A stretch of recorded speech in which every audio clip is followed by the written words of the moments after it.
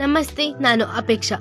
ಇಂದಿನ ವಿಡಿಯೋದಲ್ಲಿ ಕನ್ನಡ ನಾಡನ್ನ ಕಟ್ಟಿ ಬೆಳೆಸಿದ ವೀರದೊರೆ, ಇಡೀ ಕನ್ನಡ ನಾಡನ್ನ ಒಂದು ಗೂಡಿ ಆಳಿದ ಕನ್ನಡದ ಮೊದಲ ಅರಸ ಮಯೂರವರ್ಮನ ಬಗ್ಗೆ.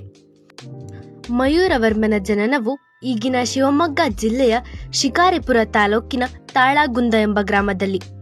ಅಲ್ಲಿನ ಬ್ರಾಹ್ಮಣ ಕುಟುಂಬದ ಬಂಧುಸೇನ ಎಂಬಾತನ ಪುತ್ರನಾಗಿ ಜನಿಸಿದ ಮಯೂರವರ್ಮನನ್ನು ತನ್ನ ತಾತನ ಮಾರ್ಗದರ್ಶನದಲ್ಲಿ ವಿದ್ಯಾಭ್ಯಾಸವನ್ನು ಶುರು ಮಾಡುತ್ತಾರೆ.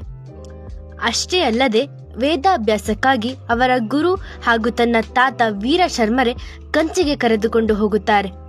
ಅಲ್ಲಿಯ ಗುರುಕುಲ ಒಂದರಲ್ಲಿ ವಿದ್ಯಾಭ್ಯಾಸವನ್ನು ಮಾಡುತ್ತಾರೆ. ಈ ಕಂಚಿ ಅಂದ್ರೆ ಇವತ್ತಿನ ಕಾಂಚೀಪುರ ಇದೆಯಲ್ಲ, ಅವತ್ತಿಗೆ ಅದು ದಕ್ಷಿಣ ಭಾಗದ ಜನರಿಗೆ ಕಾಶಿಯಾಗಿತ್ತಂತೆ. ಹಾಗೆ ಅವತ್ತಿಗೆ ಕಂಚಿ ಪಲ್ಲವರ ರಾಜ್ಯಕ್ಕೆ ರಾಜಧಾನಿ ಕೂಡ ಆಗಿತ್ತು. ಸ್ಕಂದವರ್ಮ ಪಲ್ಲವರ ಅರಸನಾಗಿ ಆಳ್ವಿಕೆ ಮಾಡುತ್ತಿದ್ದ. ಆ ಸಮಯದಲ್ಲಿ ಪಲ್ಲವರ ಅರಮನೆಯ ಕುದುರೆ ಸವಾರನೊಬ್ಬ ಮಯೂರವರ್ಮನನ್ನು ಅವಮಾನ ಮಾಡುತ್ತಾನೆ.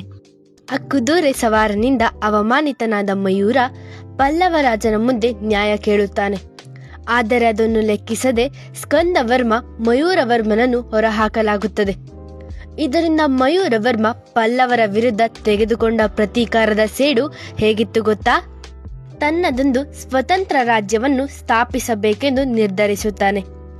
ಬ್ರಾಹ್ಮಣನಾಗಿ ವೇದಾಭ್ಯಾಸ ಮಾಡುತ್ತಿದ್ದ ಮಯೂರ ಕ್ಷತ್ರಿಯನಾಗಿ ಬದಲಾಗುತ್ತಾನೆ. ಕತ್ತಿ ವರಸೆ, ಕುದುರೆ ಸವಾರಿ ಹೀಗೆ ಯುದ್ಧ ಕಲೆಗಳನ್ನು ಕರಗತ ಮಾಡಿಕೊಂಡ. ಅವನ ಬೆಳವಣಿಗೆ ನೋಡಿದ ಪಲ್ಲವರಿಗೆ ಸಹಿಸಲಾಗಲಿಲ್ಲ. ಹೀಗಾಗಿ ಅವರು ಮಯೂರನನ್ನು ಬಂಧಿಸಲು ಸಂಚು ಮಾಡುತ್ತಾರೆ. ಇದನ್ನು ತಿಳಿದ ಮಯೂರ ಮಾರುವೇಷದಲ್ಲಿ ಕಂಚಿಯಿಂದ ತಪ್ಪಿಸಿಕೊಳ್ಳುತ್ತಾನೆ.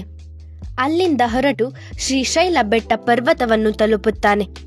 ಆ ವೇಳೆಗೆ ಬುಡಕಟ್ಟು ಜನಾಂಗದ ಸಹಾಯ ಸಿಗುತ್ತದೆ. ಚಿಕ್ಕದಾದರೂ ಬಲಿಷ್ಠ ಸೇನೆಯನ್ನು ರಚಿಸಿಕೊಂಡ ಮಯೂರ ಪಲ್ಲವರ ಮೇಲೆ ಯುದ್ಧ ಸಾರುತ್ತಾನೆ.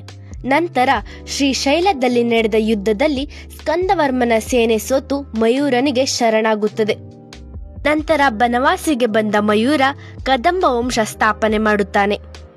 ಹೀಗೆ 3ರಿಂದ 4ನೇ ಶತಮಾನ ಅಂದರೆ ಕ್ರಿಸ್ತಶಕ 345ರಲ್ಲಿ ಬನವಾಸಿಯ ಕದಂಬರು ಎಂಬ ಹೆಸರಿನೊಂದಿಗೆ ಕರ್ನಾಟಕದಲ್ಲೊಂದು ಮಹಾನ್ ರಾಜ್ಯ ಉದಯವಾಯಿತು.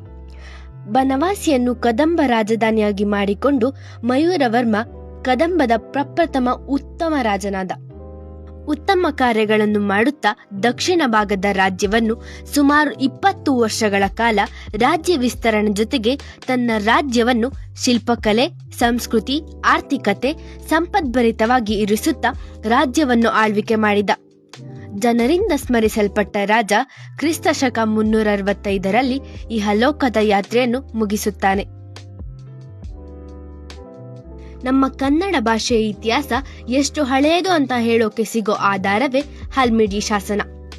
ಮಯೂರವರ್ಮ ಒಬ್ಬ ರಾಜನಲ್ಲ, ಕನ್ನಡಿಗರ ಗರ್ವ, ಕನ್ನಡಿಗರ ಶೌರ್ಯ, ಕನ್ನಡಿಗರ ಹೆಮ್ಮೆ.